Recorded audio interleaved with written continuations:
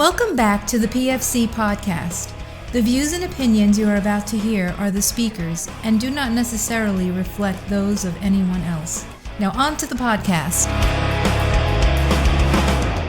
Welcome back to the PFC Podcast. This is Dennis, and today I'm with Thomas. How are you doing today? Fine, thank you, Dennis. Thanks for having me here. I really appreciate it. Now, it's kind of customary on our podcast. I let the guests introduce themselves. So would you tell us a little bit about yourself? Yes, certainly. My name is Thomas Trust Have, and I have a background in the Danish Special Forces as a SOF operator and medic for about 9 years.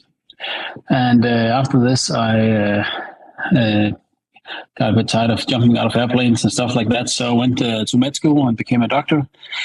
And is now a consultant in anesthesiology and critical care medicine. I've always, been fascinated by practicing medicine in remote and austere environments. So I've been working a lot as an expedition doctor on several extreme expeditions, both in the Arctic and also in high altitude in Nepal.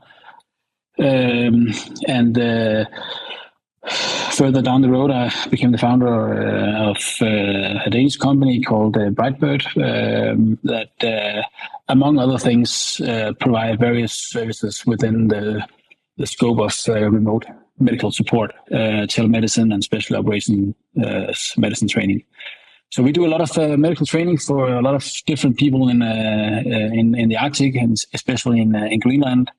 And our team consists of several former SOF medics and SOF doctors and members of the dog sledge, the serious dog sledge patrol. So all with vast experience in the Arctic environment. So it's very near to our hearts, and we think it's an important thing to know something about. Yes. Now, being from North Carolina, it's a balmy 72 degrees, but in the winter it does get down to 40-something Fahrenheit. So obviously I'm pretty well versed in cold weather, but just in case I'm wrong about anything, that's why I have you here. So. Yeah, I think you would be right. It's 40 degrees is 40 degrees. But hopefully there's a little bit more civilization in North Carolina than there is in the middle of Greenland. It depends where you are, right? Yeah. Cool. So jumping into it, the Arctic environment. How is this going to change TCCC? Like at some point, there's going to be a place where metal is meeting meat. How is this going to affect TCCC? Well, I think the practice of medicine in isolated settings with extreme cold environment and also distinguished by a scarce population and limited resources and challenging logistics, it calls for modifications to the TCCC when you apply it in an Arctic or a very cold environment. So, I mean, in sub 30, 40 degrees, any person exposed, not injured, healthy person, they would die from hypothermia pretty quickly if they just lie down in the snow. So if we imagine this kind of tactical scenario, a lot of things are going on in the Arctic regions right now, and there's been a lot of focus on Arctic operations, due to all the political change that's been there for the last decade or so. But if we imagine a tactical scenario in an Arctic setting, so maybe a SOF team infiltrated 3 days on snow scooters, minus 40 degrees Celsius, which I think equals 40 degrees Fahrenheit, actually. So early January, imagine wind speeds 40 kilometers per hour. This actually makes, with wind chill, it makes it 60 degrees minus 60 degrees, no sunlight at all because everything is dark at that point. Yeah. It's freezing cold. So probably people will be sleeping in tents, overnighting, so that with very, very little possibility to warm up. Imagine getting into an ambush, one man down, gunshot wound. This is a chaotic scenario. So now even a moderately injured person is probably exposed to the environment, probably damp or wet, probably bleeding from somewhere, especially if he's suffering from penetrating injuries. So maybe he's still in the middle of the X, unable to move. Move to cover, and everybody's busy neutralizing the threat. So the person is still lying there in minus 40 degrees 20 minutes later. So most likely this patient would be dead from hypothermia in combination, would soon be dead from hypothermia in combination with his injuries. So this is really a challenge. On top of this, all your medical gear, it'll be ice cold. Every fluid you have is frozen, and every battery you got will probably be out of power, including your golden hour box, if you carry those. So the thing here in this setting is that every treatment given, except moving the person to a semi-controlled environment shelter, would likely make them more cold, more hypocoagulopathic, and more acidotic, and really just closer to dying. So this scenario, which is of course a worst case scenario, but that's what we train for all the time. So it's complicated. Yeah. So an Arctic medicine is extremely difficult to practice, especially in a tactical setting. Because things are just always more complex in tactical settings. So here, thorough preparation is imperative. Teamwork and scenario-based training in cold environments are absolutely crucial to ensure proficiency and adaptability to medical personnel and also selecting the proper gear to bring, the proper clothing and everything. And just in general, treatment of hypothermia should, in many cases, be the first patient care that you consider. And also worth noticing is that hypothermia is not just a risk for the patient; it's a risk for the entire team.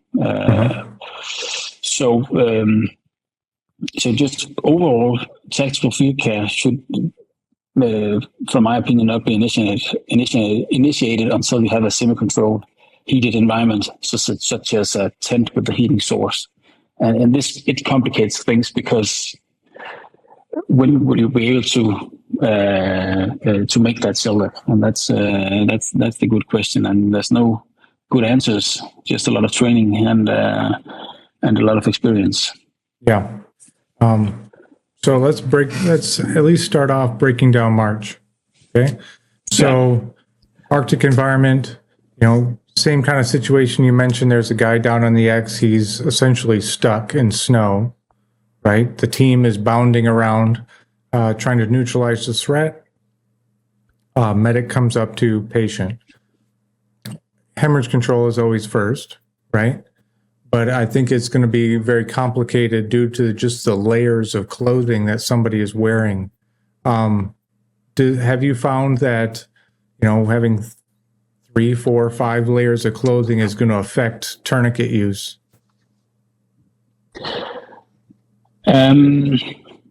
Probably it is going to affect tourniquet use. It's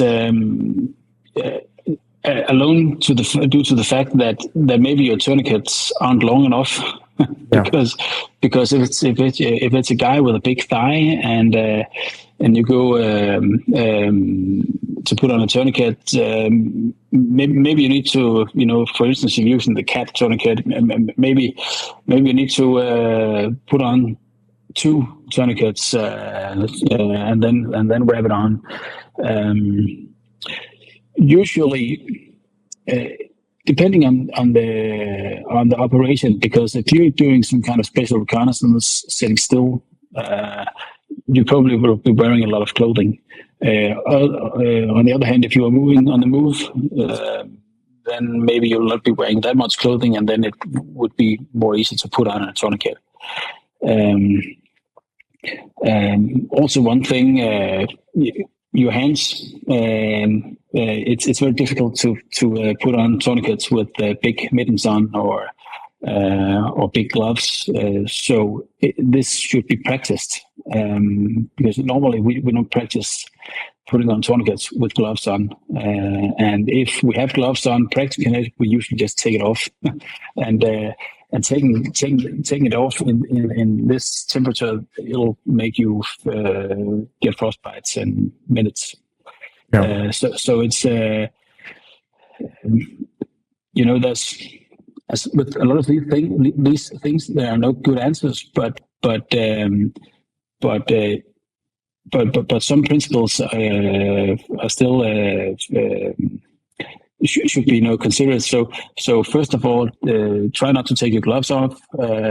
So you need to train with your gloves on for these things, and test your tourniquets. See, okay, how much clothing can I actually wear before I need to use another tourniquet? I need to adjust it. Those things are pretty important. And of course, in the initial care under fire, you won't take clothing off. But we generally think that the MOSH should not be initiated until you are in a semi-controlled environment. Okay. So but of course there can be any kind of circumstances that you would need to deviate from this. But in a minus 40 degrees environment with a moderate wind, you would be dying from hypothermia very, very fast, especially if you're bleeding. Yeah. And so exposing the chest or the abdomen or anything else would probably make them die from hypothermia very fast. Okay. So it's a problem, of course. Okay. So you guys aren't doing anything until you get to some kind of structure, whether it be hasty, whether it be pre-constructed already?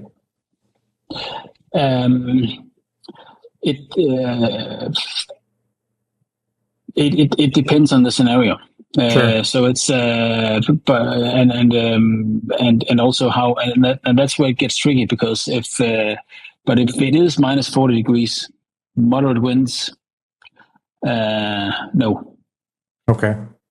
So massive hemorrhage control, airway management, just by putting them on the belly, and then evacuate as fast as possible to the next phase, which will be the tactical field care, where you can start doing your MOSH, and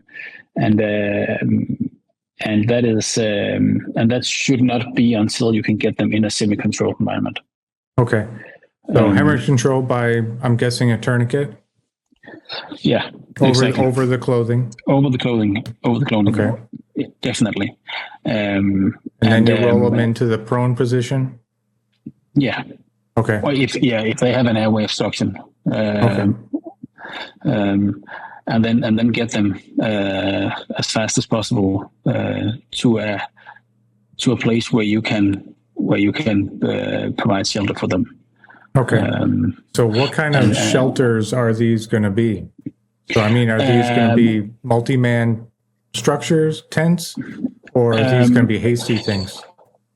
Well, basically, for us, the semi-controlled environment will be the best solution is some kind of tent. You can actually the right, but this is a team effort. So of course you're not in a safe environment yet. Yeah. So the use of tent is normally the fastest option to provide a shelter, where you can make the most controlled environment. So, and the whole team should be familiar with their specific roles in this process and making everything fast and smooth.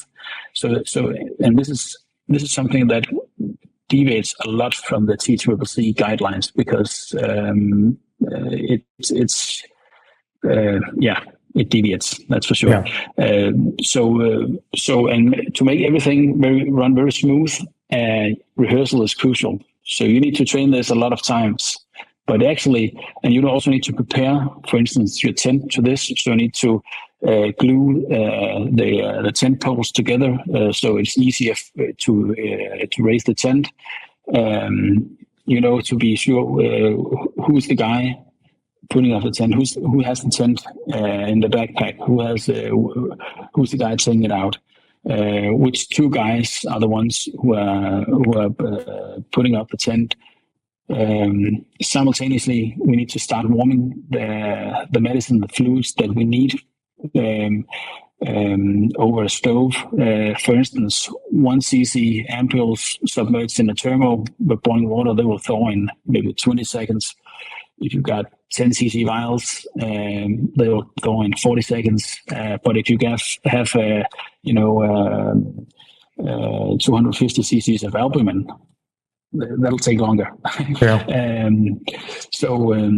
If you know that you need your batteries, if you need to intubate a patient, you know that you need batteries for the light source. Maybe you need to store those as well in a plastic bag, submerged for maybe 2 to 5 minutes in a thermo. That'll make them work. IV lines, they must be warmed and unpacked. Must be warmed before you unpack them, otherwise the plastic will just break. So as soon as the tent is up, this should, I think I mentioned it, take no more than 5 minutes or something. And of course, you should have proper security around the tent. So as soon as the tent is up and the area is secured, you can move the patient inside the tent, immediately putting them on some kind of insulation, whatever you got. But this should not be a coincidence what you put them on. This should be rehearsed a lot of times, so you know exactly what you're going to do in this scenario. So start any active heat source available. We recommend 2 multi-fuel burners placed on top of a rigid platform, stable platform, but this should be the same platform you use when you overnight in the tents. And these 2 stoves, they will heat up a 4 packs tent in maybe 10 minutes or something. So it's pretty fast, and it'll get hot in there. Yeah. So one operator should attend the stove at all times, but also assist the medic, because in a 4-man tent, you can actually be 1 medic, 1 helper / assistant, and the patient lying down. And at this point, you can start exposing the patient and do your full march. And of course, as soon as the patient is stable enough to continue, you should dismantle everything and carry on. Yes. To the next phase, and maybe you can go on for an hour or something. Then you need to put up the tent again, check the patient, see if everything is all right.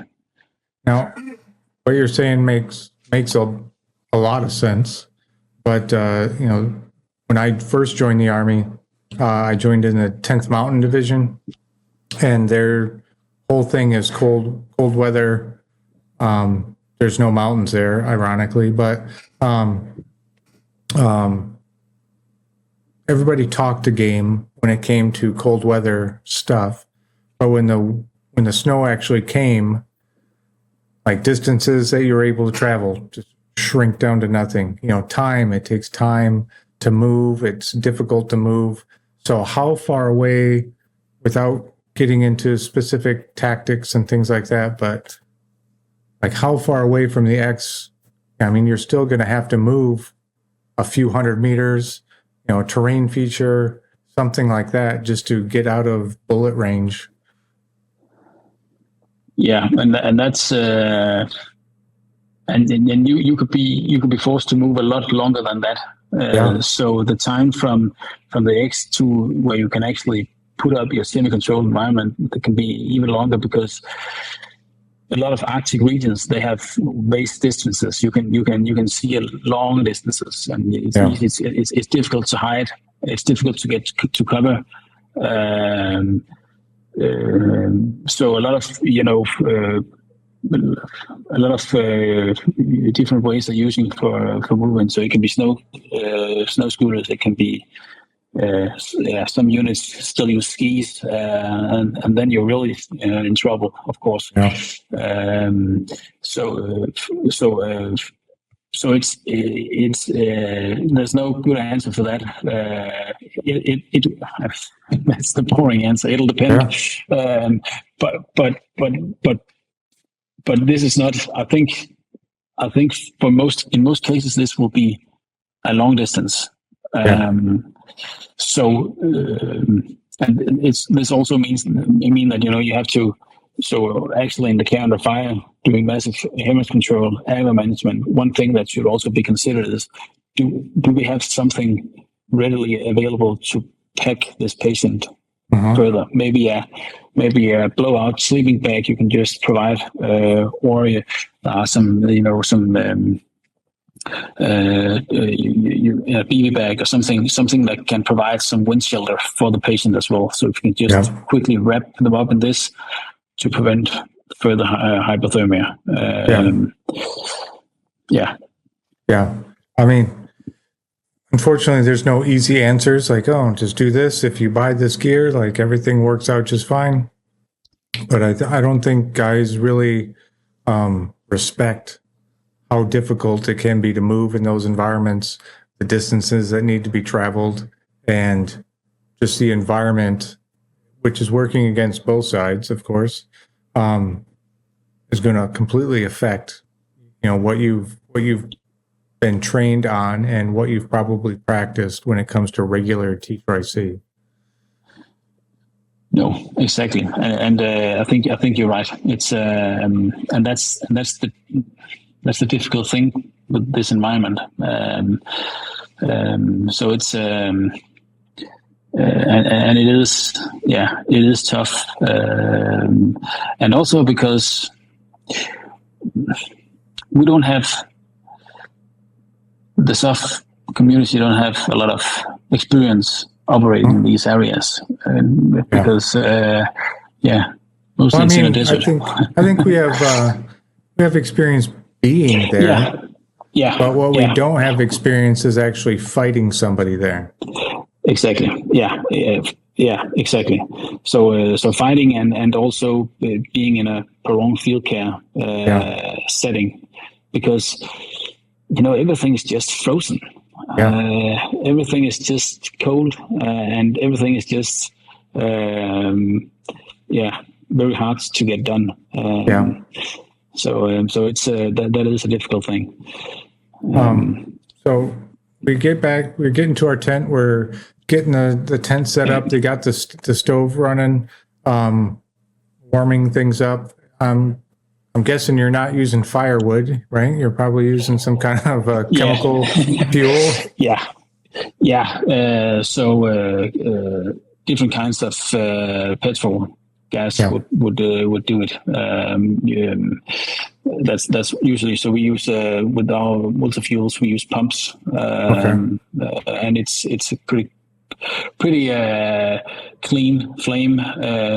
So don't be too worried about getting carbon monoxide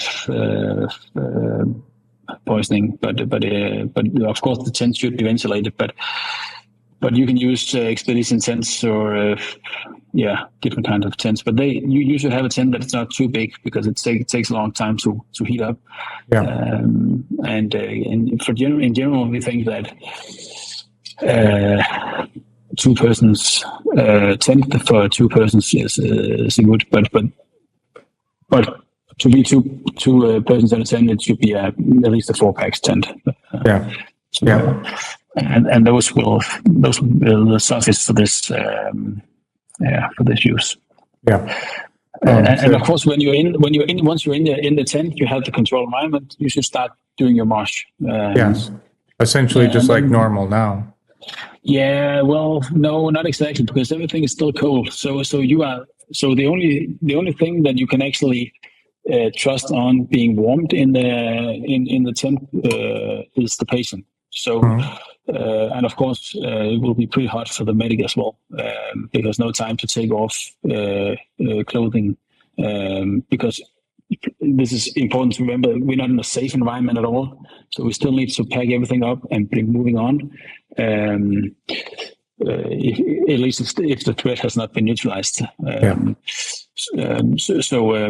So for instance, but this is the place, of course, you're gonna reassess your massive hemorrhage control, and now is the time for you to take off the layers of clothing. But it's also very important to remember that the patient needs to go out in the environment again. Yeah. So don't cut anything. Try to keep everything intact. And then for the massive hemorrhage control, it would be in a normal setting. For airway management, every airway device is made of plastic or rubber, and it will be rock hard and -40 degrees. So also, as soon as the team starts putting up the tent, try to think ahead, and maybe you can also have made these small kits ready beforehand, so you can immediately see, okay, this guy, he has an airway problem. I expect to be using some of my airway devices. Take the kit, put it inside your jacket, as close as to the body you can. Because if, for instance, if you're using some kind of supraglottic or airway IGLs, stuff like that, the sealing, it will seal pretty poorly because the plastic or the gel is so hard. So just putting it inside your jacket for a few minutes or maybe could be better, but it's still probably hard. So actually, what we recommend is on the stove that you actually warm the tent with, just make a water bath. Make it around 35 to 40 degrees Celsius, and you can start thawing things up in there. So, for instance, if this is the place, okay, we need to give blood, we need to give fluids, we need to thaw some ketamine. Then now is the time and the quickest place to do it. Inside the water bath, heat it up, give it to the patient, and then you can get on with your treatment. So another thing to be careful of when you if you are in a setting where you need to intubate or do a crike, you need to ventilate the person afterwards.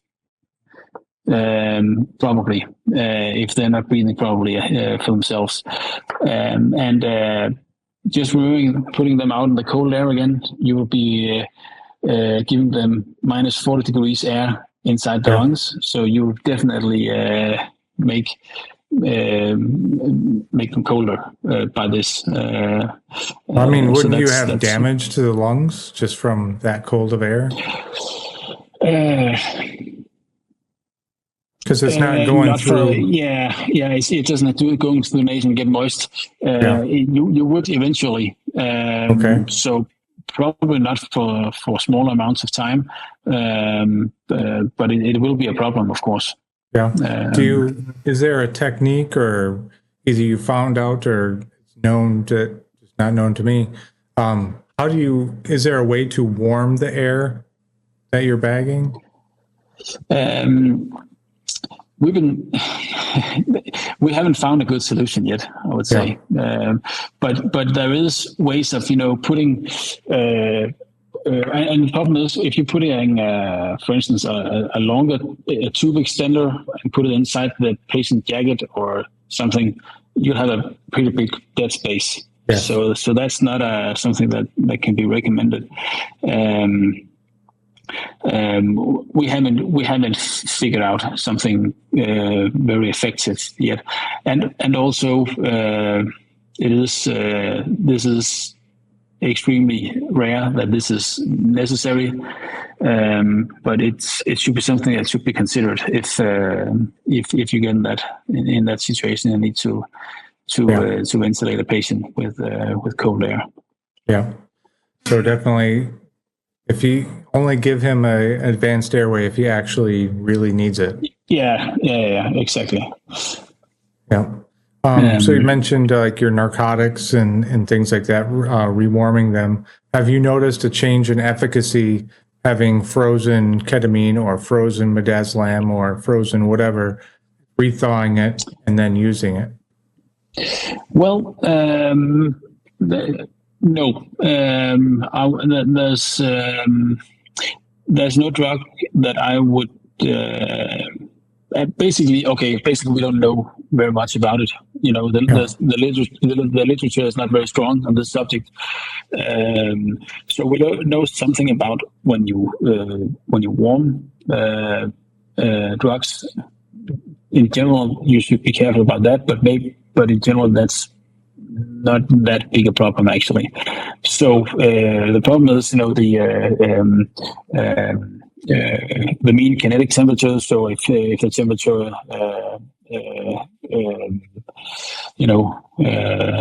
swings a lot back and forth from cold to hot, those few studies that have been made on freezing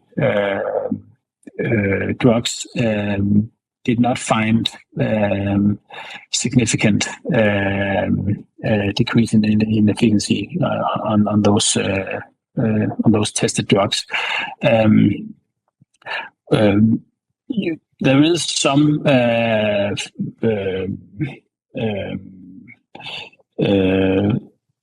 So the literature is pretty sparse, and I think there is one study from the Union of International Alpine Association that makes some studies on it, and they found that glass ampules may have some microscopic cracks when frozen. So in general, particularly based on that, I would recommend using vials for most, and that is also good for another point of view, because when it's complicated to thaw a lot of ampules. It's easier to thaw one vial. So But in general, and then one more thing, things containing protein will not, we don't recommend freezing, because it can, in an emulsion that contain protein, generally shouldn't be used. It can degrade, and the product can, in theory, produce pulmonary embolus. That would mean, for instance, propofol.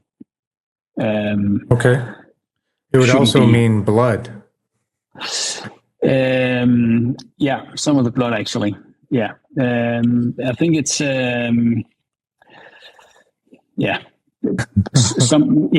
it will mean blood. You shouldn't keep and that's we talked a little bit about the golden hour box, and I think in general there's a big difference between are you coming from a warm environment and doing a fast operation, 1 day operation, then you should be able to keep everything warm enough. You can put them in insulated bags. You can put a lot of heat activated stuff inside your medic kit, so you can keep everything above 0 degrees. Also your blood. But if it's a prolonged field care setting where it's 2, 3, 4 days out, you can't do that.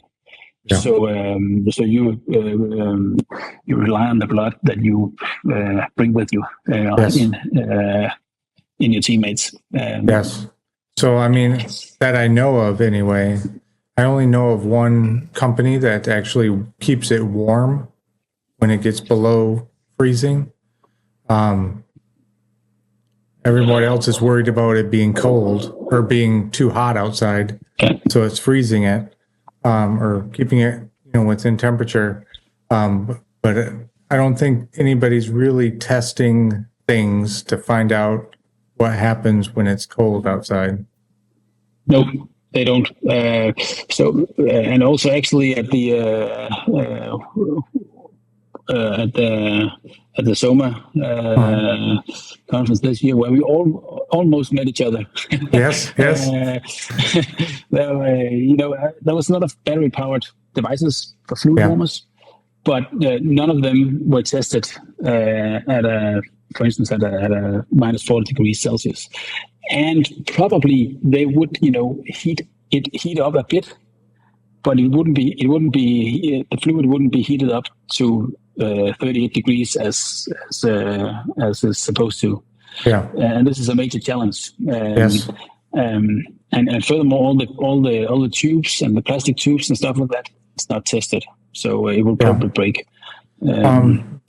So obviously, like way back when I was a young man running around in cold, we would keep anything you want important that you want to keep thawed, you would keep on you within your outer shells, and just try and keep it warm. Are there like medic specific things to keep vials, keep airways stuff?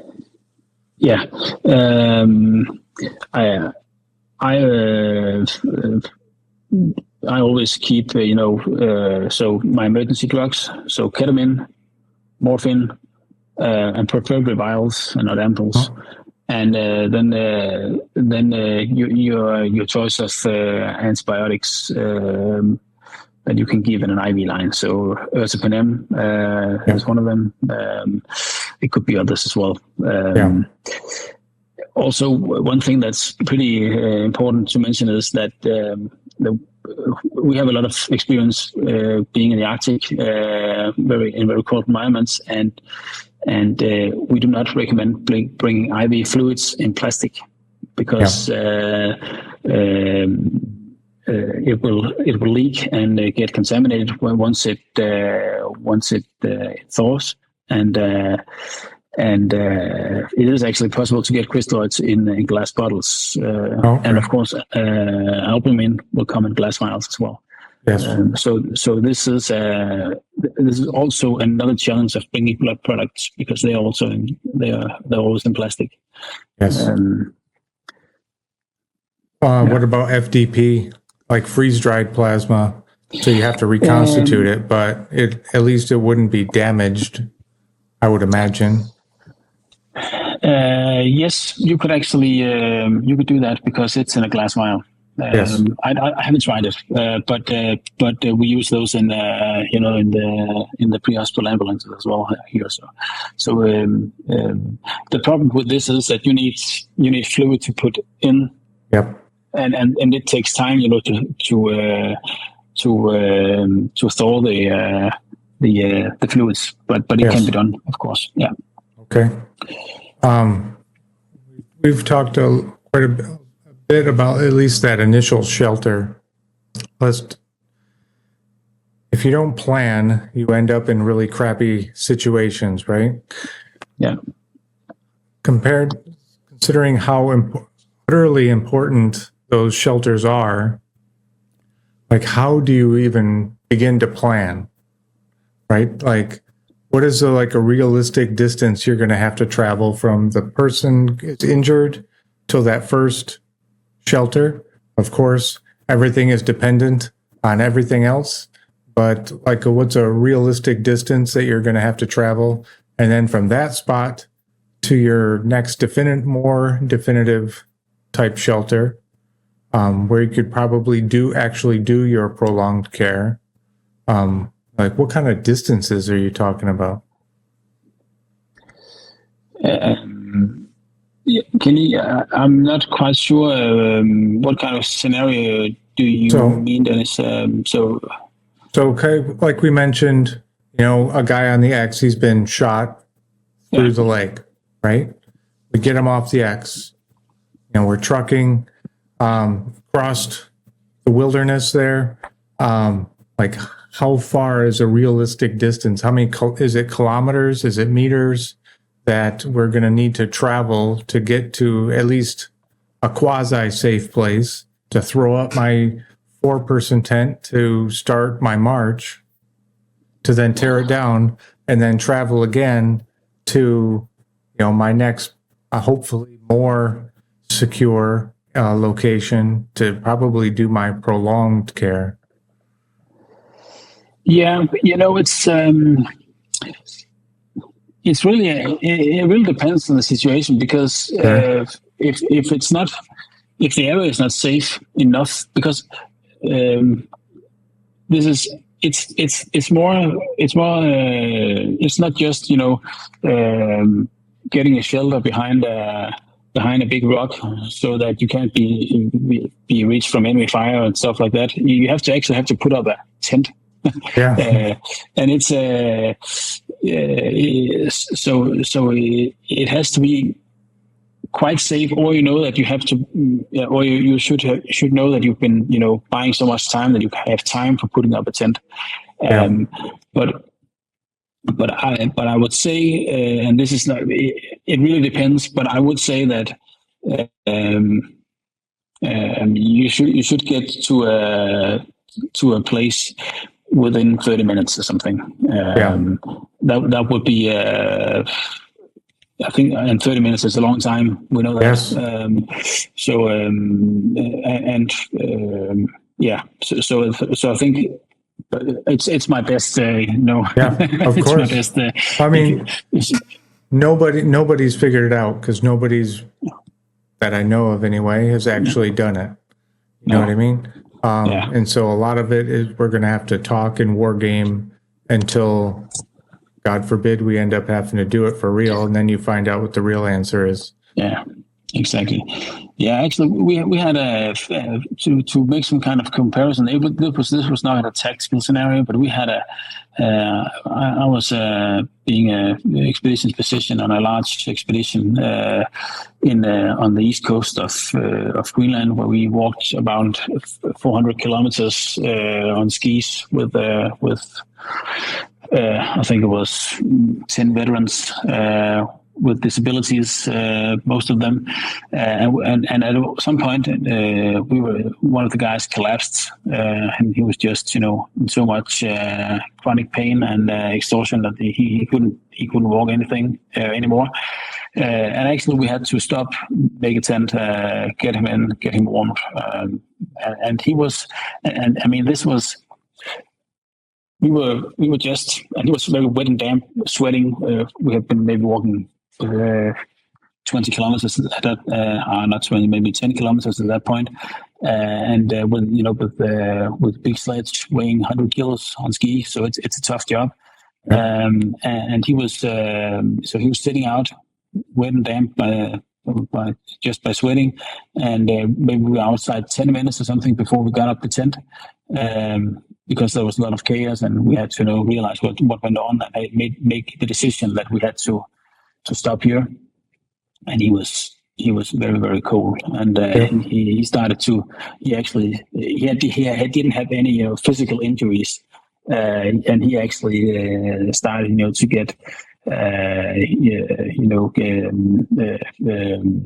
his consciousness started to decrease and getting symptoms of hypothermia just by sitting there. And we immediately putting up some kind of temporary shelter around him while the other guys putting up the tent.